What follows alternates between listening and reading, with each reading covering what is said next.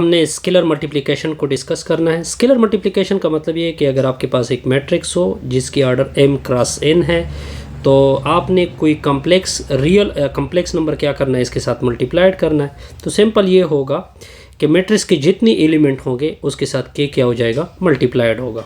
ये चीज़ ओके होगी। अगर इस तरह a प्लस ए लिखा हुआ, ये नोट में अभी आपके सामने रख रहा हूँ, up to so on plus A हो, तो इसका मतलब होता है कि n a के साथ क्या हो चुका है, मल्टीप्लाइड हो चुका है। फॉर एग्जांपल अगर 2a लिखा हो तो a प्लस ए होता है, अगर 3a लिखा हो तो a plus A plus A plus A लिखा हुआ है। बस ये आपको बताई जा रही है।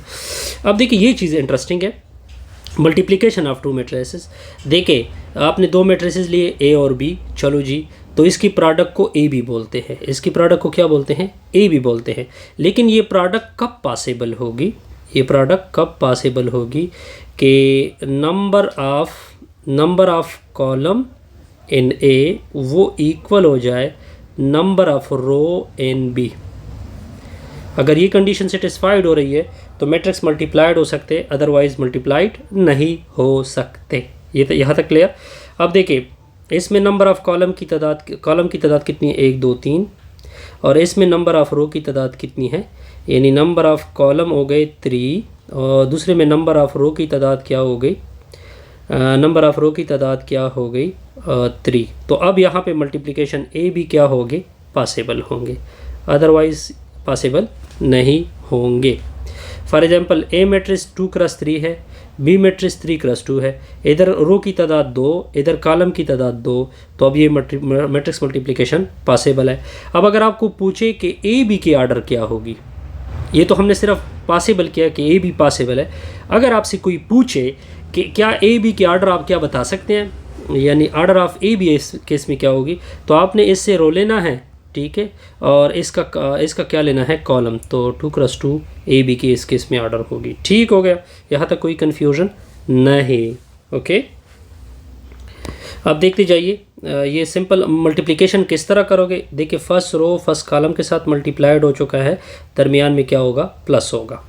फिर आप गैप दोगे, फिर फर्स्ट रो सेकंड कॉलम से मल्टीप्लाइड होगा, ठीक है, और यानी फर्स्ट एलिमेंट फर्स्ट के साथ, सेकंड के साथ, थर्ड के साथ, दरमियान में प्लस रखोगे, ये दरमियान में ये इस तरह। Similarly second row first column से भी मल्टीप्लाइड होगा, सेकंड कॉलम से भी मल्टीप्लाइड होगा, फिर दरमियान में आपने स्पेस देना है। और जब एक रो और एक कॉलम में का बात चल रही हो तो आपने दरमियान में क्या रखना होता है, प्लस रखना होता है। लेकिन एक बात ये नोट कर ले कि ए बी और बी का जर्नल यानी कम्यूटेटिव जर्नली क्या नहीं होती, होल्ड नहीं। अब देखिए अगर ए बी का आंसर देके और बी ए का आंसर देके, इन दोनों में काफ़ी डिफरेंट है, तो इस वजह से हमने नोट किया कि ए बी नॉट इक्वल होगा बी ए। लेकिन ये बात होगी जर्नली, ये बात कहाँ पे होगी, जर्नली। देखिए ए की ऑर्डर क्या है, m क्रॉस n, बी की ऑर्डर क्या है, n क्रॉस p। पहले ए बी की ऑर्डर किस तरह होगी, यानी ऑर्डर ऑफ ए बी क्या होगा कि इधर से रो लोगे, चलो रो लिया, इधर से क्या लोगे, कॉलम, सॉरी इधर से कॉलम लोगे, तो m क्रॉस p इसका ऑर्डर होगा। ठीक हो गया। अब यहाँ पे एक सिंपल मल्टीप्लिकेशन भी आ रही है आपके सामने है जी, कि आपको a गिवन है, b गिवन है, a स्क्वायर की वैल्यू आपने क्या करनी है, a स्क्वायर की वैल्यू आपने फाइंड करनी है। तो इसमें तो कोई कन्फ्यूजन नहीं है, ठीक है। a स्क्वायर का मतलब a dot a, first row first column, फिर फर्स्ट रो सेकंड कॉलम, फिर फर्स्ट रो थर्ड कॉलम, दरमियान देखिए आपके सामने है सब कुछ, फिर सेकंड रो। इसको मैं बाकायदा प्रॉपर सॉल्व करूँगा, यहाँ पे आप थोड़ा सा इसको एज अ होमवर्क ले लें।